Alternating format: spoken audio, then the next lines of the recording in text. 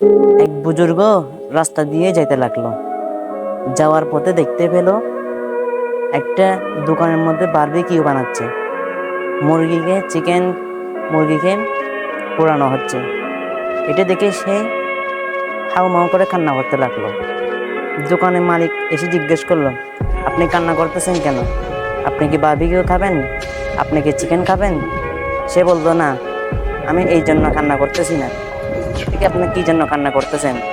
সে বলতে লাগলো, মুরগি এটা মৃত অবস্থায় এই মুরগিটাকে পোড়ানো হচ্ছে।